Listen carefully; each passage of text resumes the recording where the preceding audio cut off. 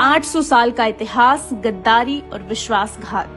जी हाँ, भारत के पिछले 800 सालों का इतिहास ने सिर्फ विदेशी हमलावरों का गुलामी का बल्कि गद्दारी का भी इतिहास है। क्योंकि जब जब भारत में राष्ट्रवादी ताकत बढ़ी है तब तब देश के गद्दारों ने जाकर विदेशी हमलावरों से हाथ मिलाए हैं। आज सोरोस और गांधी परिवार का जो गठजोड़ सामने आ रहा है, कहीं एक बार फिर इतिहास की गद्दारी की कहानी दोहरा तो नहीं रहा।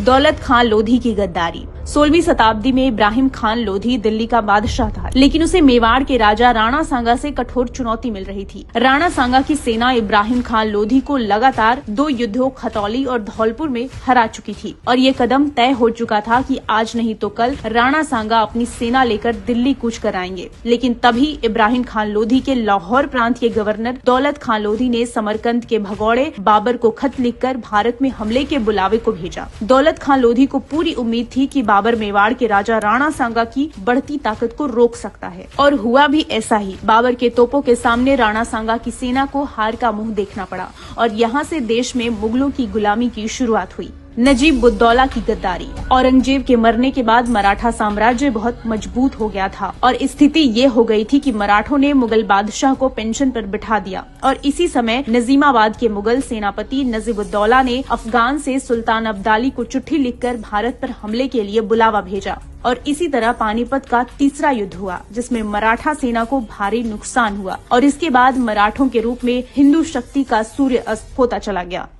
मीर जाफर की गद्दारी। इसी तरह 1757 को बंगाल के प्लासी में लड़ा गया प्लासी का युद्ध भी गद्दारी का ही एक उदाहरण है, जब मीर जाफर ने युद्ध से ठीक पहले अंग्रेजों से मिलकर देश के साथ गद्दारी की और 200 सालों की अंग्रेजी हुकूमत देश पर थोप दी गई।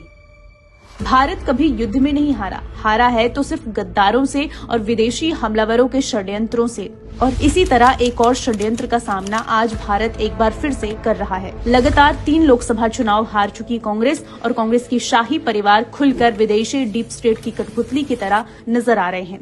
जॉर्ज सोरोस के फंडेड संगठन FDLAP में सोनिया गांधी बतौर उपाध्यक्ष जुड़ी रही है और ये वो संगठन है जो आजाद कश्मीर की हिमायत करता है। इसी तरह जॉर्ज सोरोस के पैसों से चलने वाली संस्था OCCRP के फेक मुद्दे राहुल गांधी आए दिन उठाते रहते हैं। भारतीय शेयर बाजार को गिराने का षड्यंत्र रचना हो या भारतीय उद्योगपतियों के खिलाफ माहौल बनाना हो, देश के संवैधानिक संस्थाओं पर भरोसा खत्म करना हो, संसद की कार्यवाही हर बार ठप करनी हो, भारत को राज्यों का संघ बताना हो या फिर विदेश जाकर यूरोप और अमेरिका से भारत में दखल की मांग करनी हो, ये सारी बातें चीख चीख कर एक ही बात कह रही है। क्या गांधी परिवार ही देश का नया मीर जाफर है, जो भारत की प्रगति और स्थिरता देख नहीं पा रहा और अपनी सत्ता के लिए श्रीलंका, बांग्लादेश, पाकिस्तान जैसी अराजकता भारत में भी चाहता है।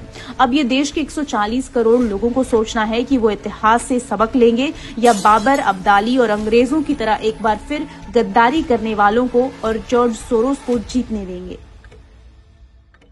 नाम बदला है, नियत नहीं। महाठग बंधन की जरूरत नहीं। आज ही लें संकल्प।